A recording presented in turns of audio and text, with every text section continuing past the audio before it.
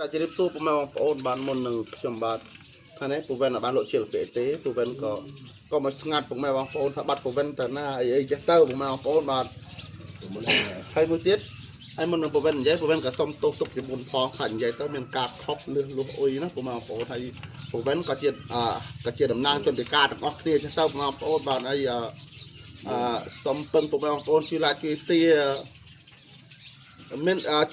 ជួយសៀទឹកខ្ញុំបាទជួយសៀទឹកបងពេញឌីបងអ៊ីតាមីបងរំដួលធីវីអ្នកល្បីជាច្រើនបាទជួយសៀលើកទឹកចិត្តគាត់ទោះបីយើងអាចបានជួយអី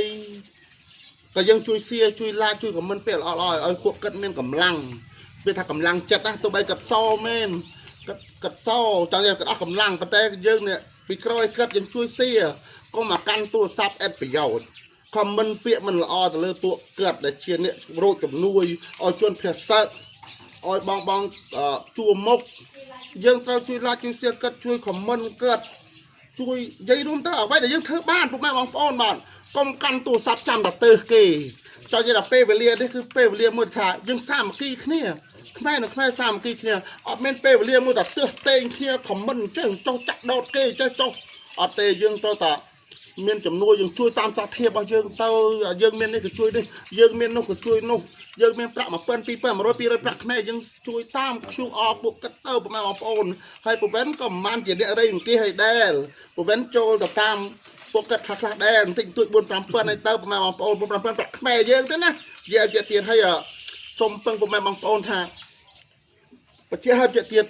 ពេលវេលានេះគឺពេលវេលាខ្មែរយើងសាមគ្គីគ្នារួបរวมគ្នា